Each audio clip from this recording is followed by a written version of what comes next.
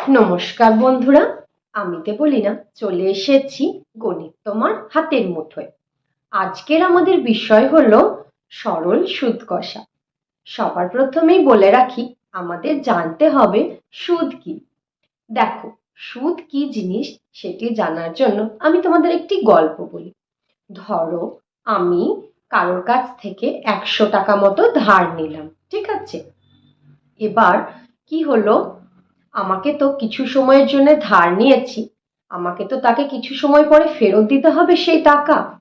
এবার সে আমাকে বলল, দেখো আমি তোমাকে 100 টাকা ধার দিচ্ছি কিছু সময়ের জন্য, কিন্তু এর বিনিময়ে তোমাকে আমাকে কিছু অতিরিক্ত মূল্য সমেত যে টাকা ধার নিচ্ছ সেটি ফেরত দিতে হবে, ঠিক আছে?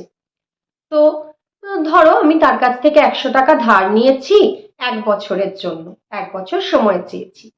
সে বলল, তুমি যখন আমাকে ফেরত দেবে তখন তুমি আমাকে ওর সাথে আরো 10 টাকা অতিরিক্ত মূল্য দিয়ে আমার মূলধনটি ফেরত দিও।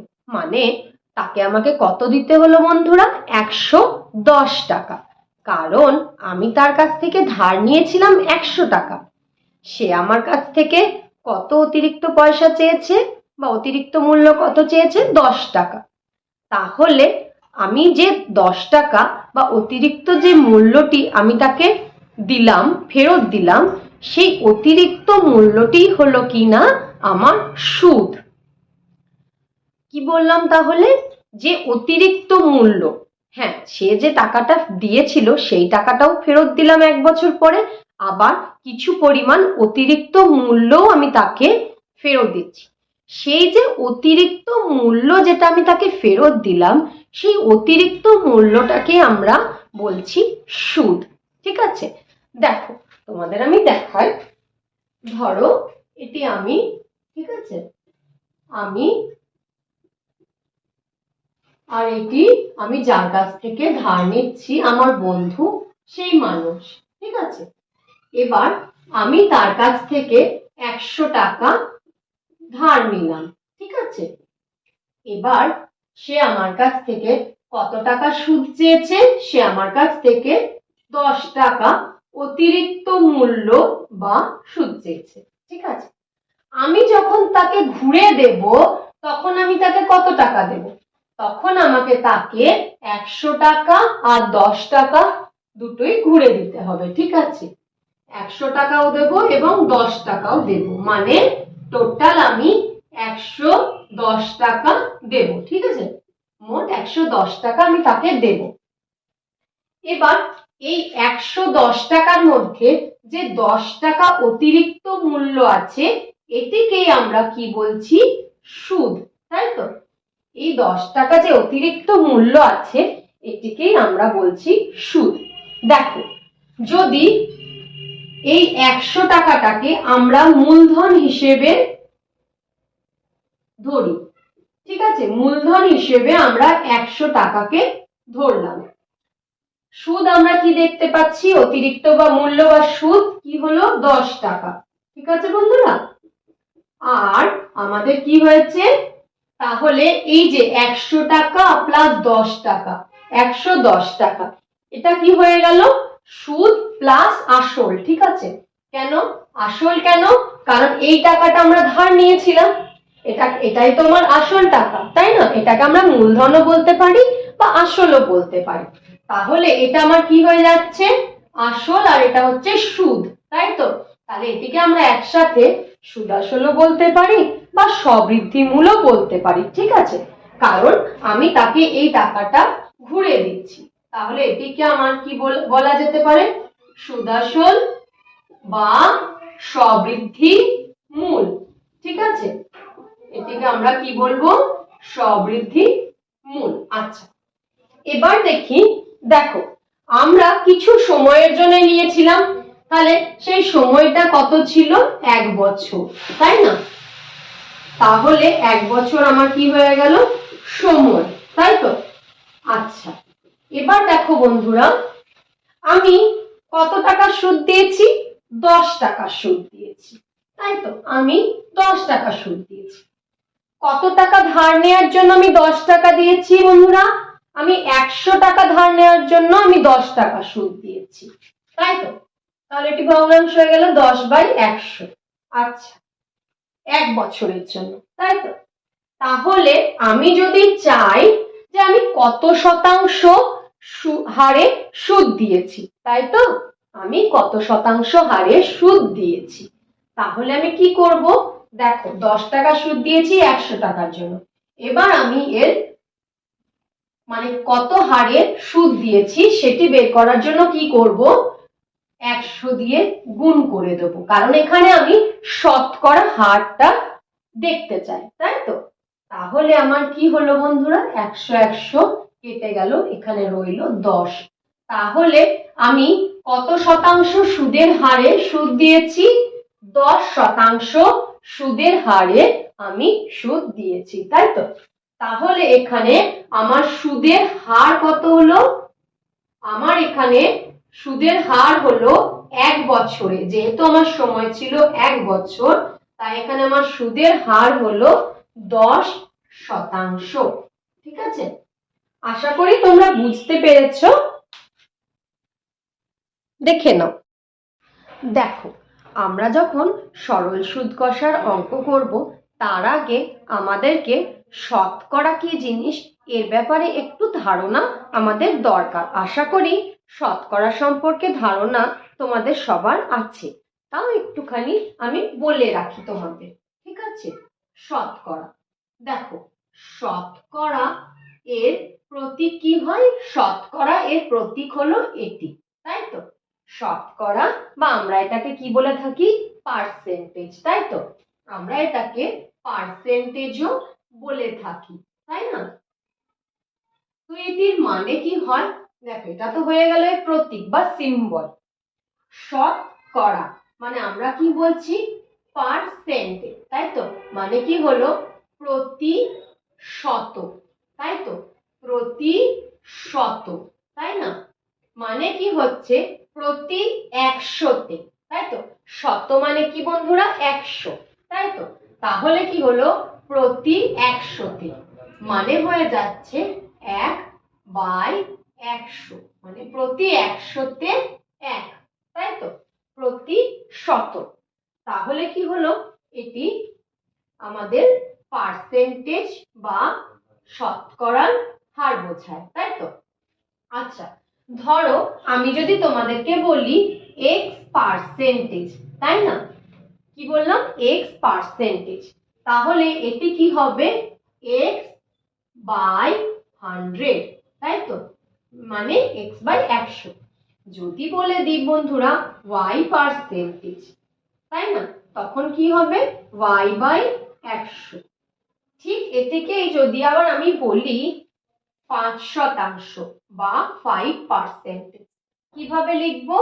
5/100, তাই না?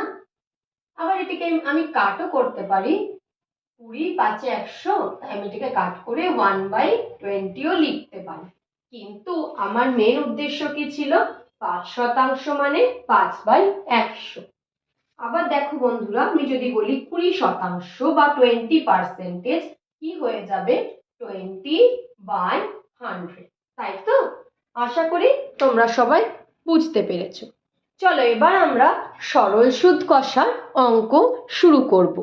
দেখো বন্ধুরা, সরল সুদ কষার অঙ্ক শুরু করার আগে প্রথমেই আমরা এর সূত্র সম্পর্কে একটু জেনে নিই, ঠিক আছে?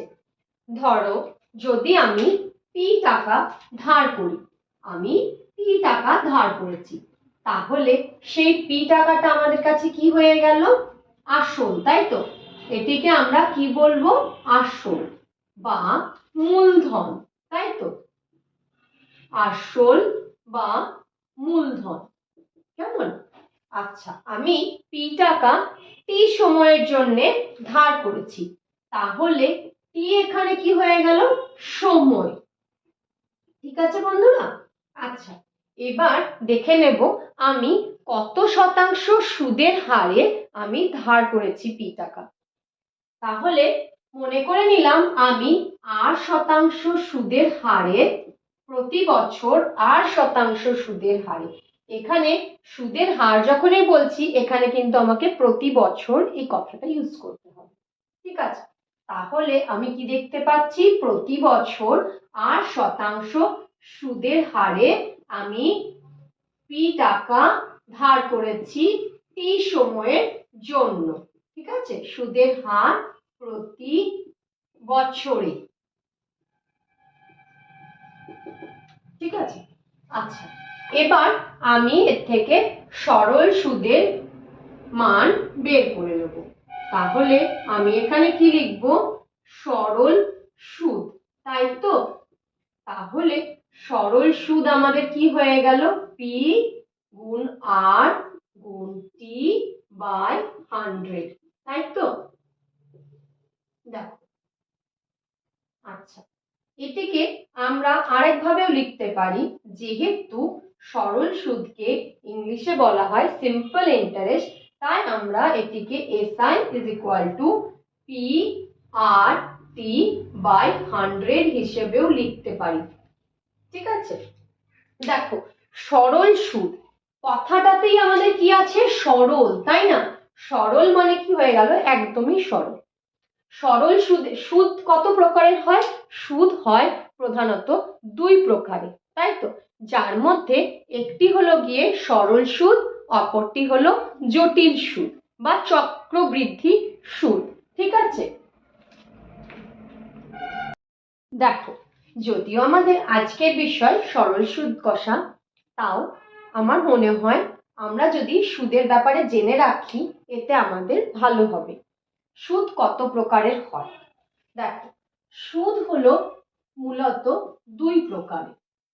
এক হচ্ছে সরল সুদ, আর দ্বিতীয় হচ্ছে আমাদের জটিল সুদ বা চক্রবৃদ্ধি সুদ। এটিও আমাদের দশম শ্রেণীর অধ্যায়ের মধ্যে আছে, জটিল সুদ বা চক্রবৃদ্ধি সুদ, ঠিক আছে?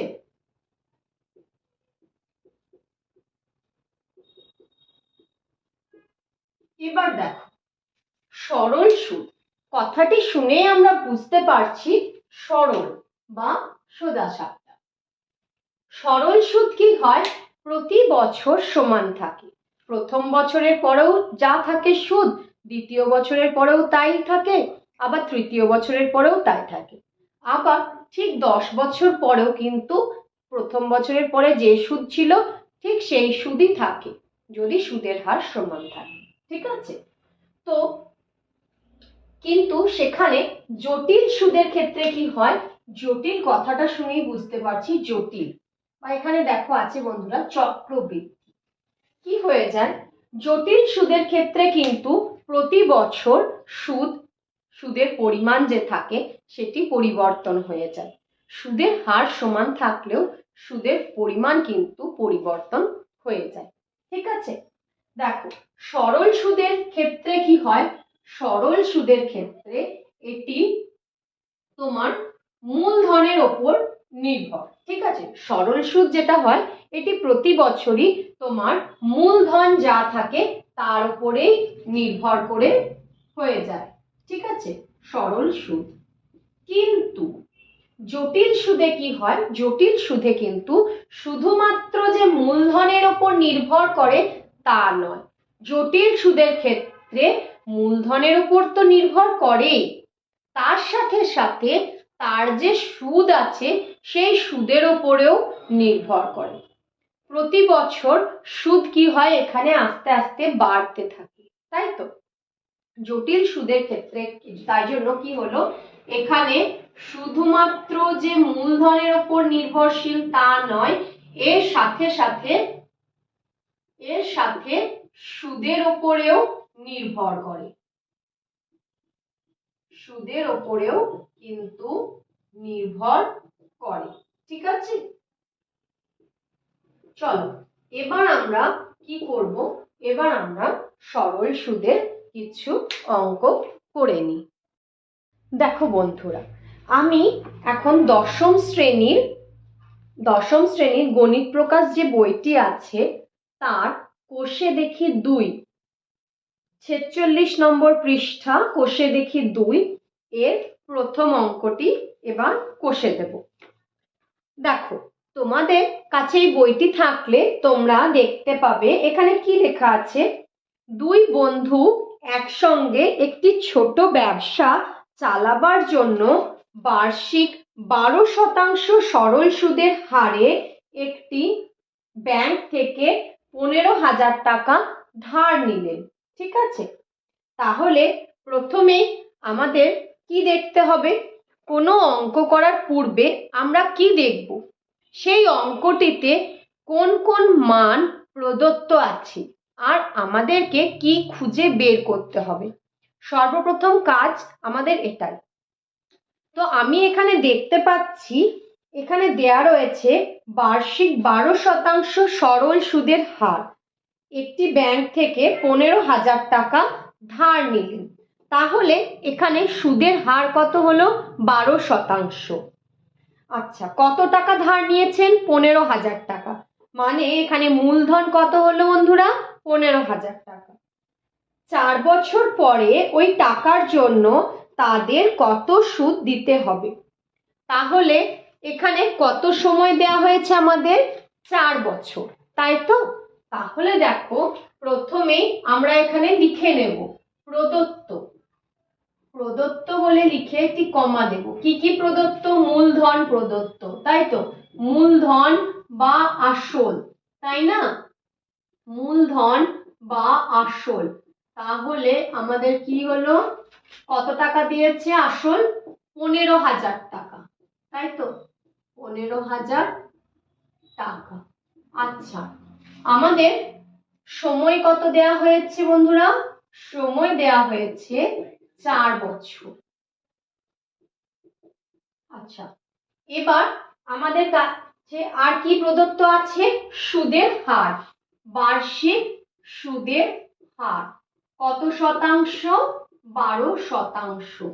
ঠিক আছে, 12% সুদের হার। এবার আমাদের জানতে চেয়েছে 4 বছর পরে ওই টাকার সরল সুদ কত হবে। ঠিক আছে, তাহলে আমরা কি করব? সরল সুদের সূত্র আমরা সবাই জানি, তাই তো বন্ধুরা? তাহলে সরল সুদের যে সূত্র আছে সেটি আমি এখন লিখে নেব। মূলধনকে যদি পি ধরি, তাই তো? এখানে ধরে রাখো মূলধনকে পি ধরলাম, সময়কে টি ধরেছিলাম, আর সুদের হার আমাদের কি ছিল? আর শতাংশ, তাই তো? তাহলে এখানে কি লিখবো? পি আর টি বাই 100, তাই তো? তাহলে পি এর মান কি দেয়া আছে? 15,000, আর এর মান কি দেয়া আছে? 12, সময় দেয়া আছে 4 বছর বাই 100। দেখো, প্রথমে এখানে দুটো জিরো, দুটো শূন্য, দুটো শূন্য বাদ দিয়ে দিলাম। এরপর দেখে নেব কি হলো? 150 গুণ 12 গুণ 4, মানে আমার কি হয়ে গেল? এখানে আমাকে গুণ করে নিতে হবে। আমি লিখে দিলাম 150, 12 4 কত হয়? 48। এবার আমাকে 150 কে 48 দিয়ে গুণ করে দেখতে হবে কত হলো। তোমরা এটি পাশে রাফ করেও করে নিতে পারো, আমি এখানে করে দিচ্ছি। দেখো, শূন্য আছে, শূন্য বসিয়ে দিলাম। 15 8 কত হয়ে যায়? 15 8 হয়ে যায় 120। তাহলে 120 শূন্য, হাতে রইল 12। 15 4 60, 60 আর 12 কত হয় বন্ধুরা? যোগ করলে 72। তাহলে আমার সুদ কত টাকা হলো 4 বছরে? 7,200 টাকা। ঠিক আছে, দেখে নাও। দেখো, এবার চলে আসি কষে দেখি 2 এর 2 নাম্বার অঙ্কতে। দেখো, 2 নাম্বার অঙ্কতে কি দেয়া আছে? বলা আছে 2005 সালের 1 জানুয়ারি থেকে 27 মে পর্যন্ত বার্ষিক 6% সুদের হারে 2,000 টাকার সুদ কত হবে, তাই তো? তাহলে আমরা এখানে কি দেখতে পাচ্ছি? এখানে কি প্রদত্ত আছে? দেখো, এখানে আমাদের আসল বা মূলধন প্রদত্ত আছে, তাই তো? আসলকে আমরা কি ধরেছিলাম? পি। তো এটি কত আছে এখানে? 2,000 টাকা, তাই না? ঠিক আছে। আচ্ছা, আমাদের এখানে সুদের হার কত বলা হয়েছে? সুদের হার বলা হয়েছে 6%। ঠিক আছে, 6% সুদের হার। এবার আমরা দেখে নিচ্ছি সময়। সময় আমাদেরকে কি বলেছে? 1 জানুয়ারি থেকে, তাই তো? 1 জানুয়ারি থেকে আমাদের কতদিন অবধি আছে? 1 জানুয়ারি থেকে 27শে মে পর্যন্ত, তাই তো? 27শে মে পর্যন্ত। ঠিক আছে বন্ধুরা, তো দেখো 1 জানুয়ারি, তার মানে জানুয়ারি মাসে কতদিন হয়? 31 দিন। যেহেতু আমরা দেখতে পাচ্ছি এখানে কত সাল সেটা বলে দেওয়া হয়েছে। কত সাল এটা? 2005। যেহেতু 2005 সাল, তার মানে এটি কোনো লিপ ইয়ার নয়। যেহেতু লিপ ইয়ার নয়, তাই ফেব্রুয়ারি মাসে কতদিন পড়বে বন্ধুরা? 28 দিন, তাই তো? জানুয়ারি মাসের কদিন হলো? 31 দিন। ফেব্রুয়ারি মাসের কদিন হলো? 28 দিন। আচ্ছা, এরপর দেখতে পাচ্ছি মার্চ। মার্চের কদিন হয় বন্ধুরা? 31 দিন। তারপর আসছে এপ্রিল। এপ্রিলে কতদিন থাকে?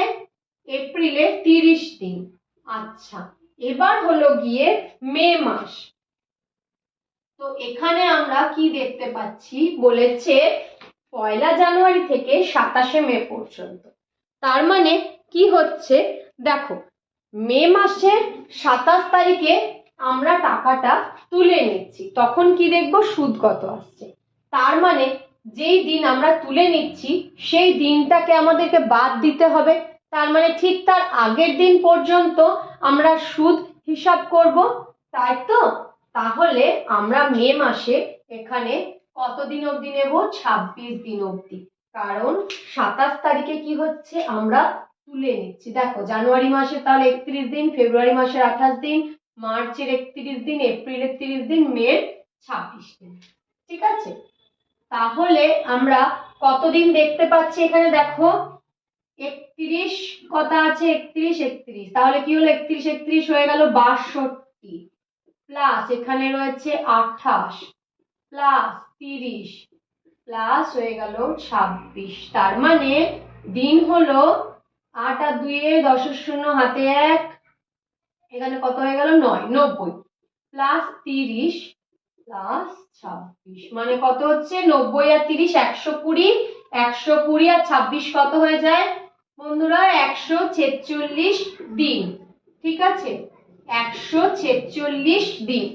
আচ্ছা, এবার দেখো, যদি আমরা 146 দিনকে বছরে রূপান্তরিত করি তাহলে কি হবে? এক বছরে কয়দিন হয় বন্ধুরা? 365 দিন। তাহলে একে আমাকে 365 দিয়ে ভাগ করে দিতে হবে। আচ্ছা, 365 দিয়ে যদি আমি একে ভাগ করি তাহলে এটা কিসে হয়ে যায় বন্ধুরা? আমাদের বছরে চলে আসে, তাই তো? এটা তখন আমাদের দিন থেকে চলে এলো বছরে। ঠিক আছে, দিন থেকে তখন চলে এলো এটা আমাদের বছরে। আচ্ছা, এবার দেখো, এটাকে যদি কাটাকাটি করা হয় তাহলে আমি কি দেখতে পাচ্ছি? 73 দিয়ে যদি কাটি, এটি হয়ে যাবে 2, এটি হয়ে যাবে 5। তাহলে আমার সময় কত এলো? 2/5 বছর। ঠিক আছে বন্ধুরা? আচ্ছা, এবার আমি দেখো আমার কাছে সবকিছুই আছে, আসলও আছে, সুদের হারও রয়েছে, আবার সময়ও আমি পেয়ে গেছি। কত না? 2/5 বছর।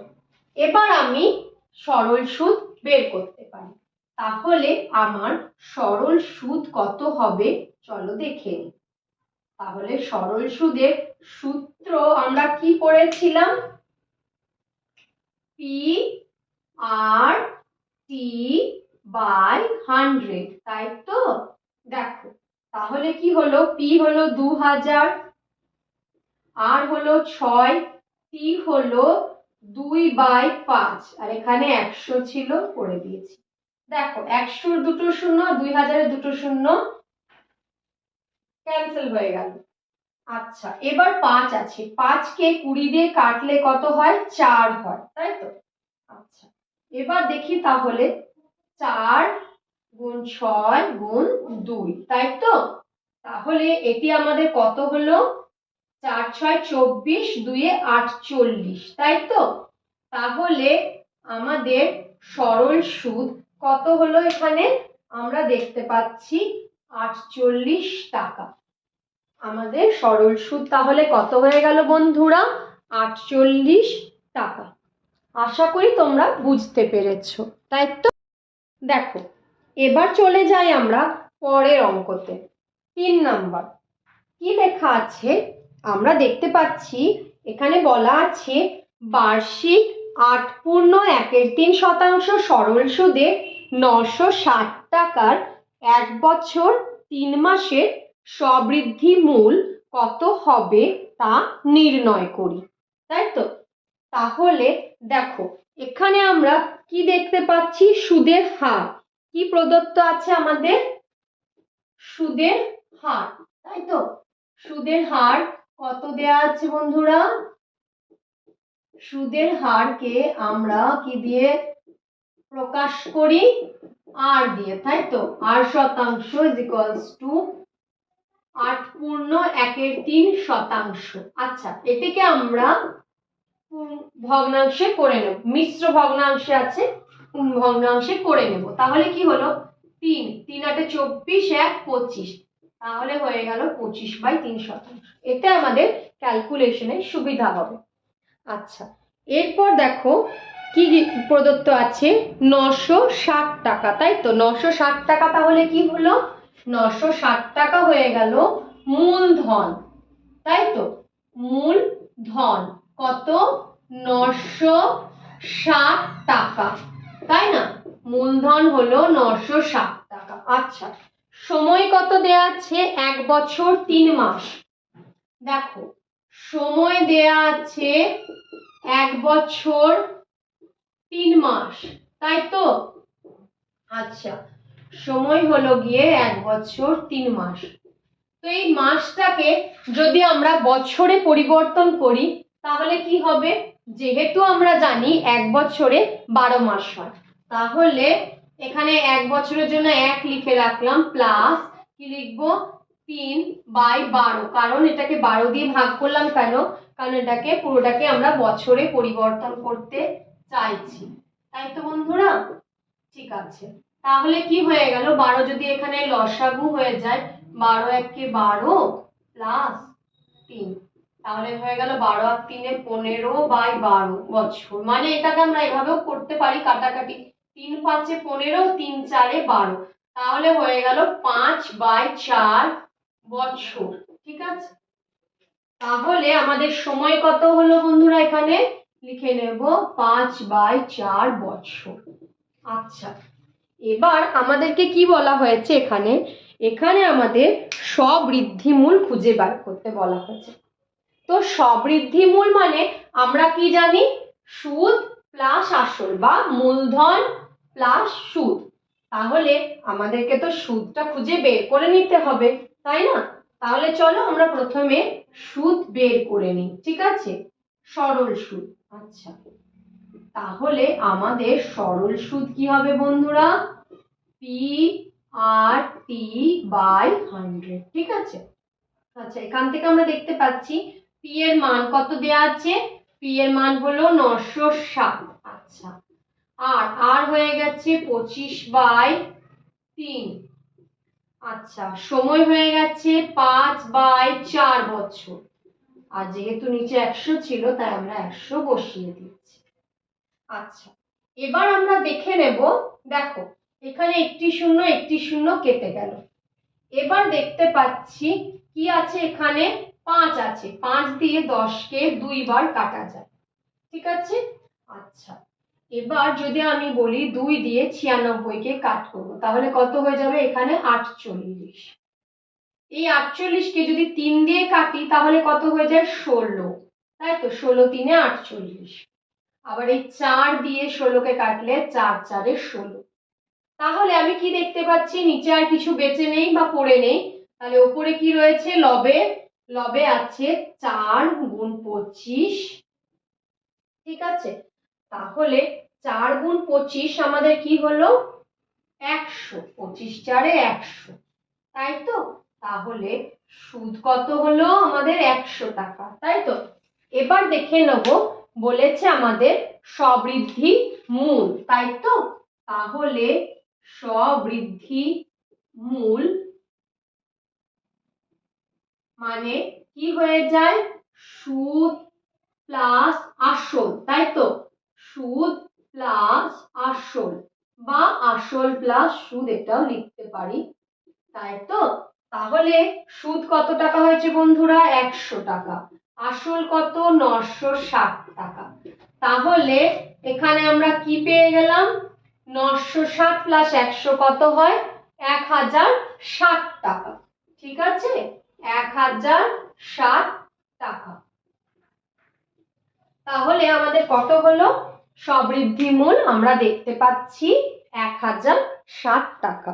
ঠিক আছে, এটি আমাদেরকে দিতে হবে। স্ববৃদ্ধি মূল আমরা কত পেয়ে গেছি তাহলে? 1060 টাকা। আচ্ছা, এর পরের অঙ্কগুলি যেগুলি আছে 4 নাম্বার থেকে 20 নাম্বার অবধি, এগুলো আমরা এর পরের ভিডিওতে দেখে নেব। ঠিক আছে বন্ধুরা, আজকের মতো এখানে শেষ করছি। ধন্যবাদ।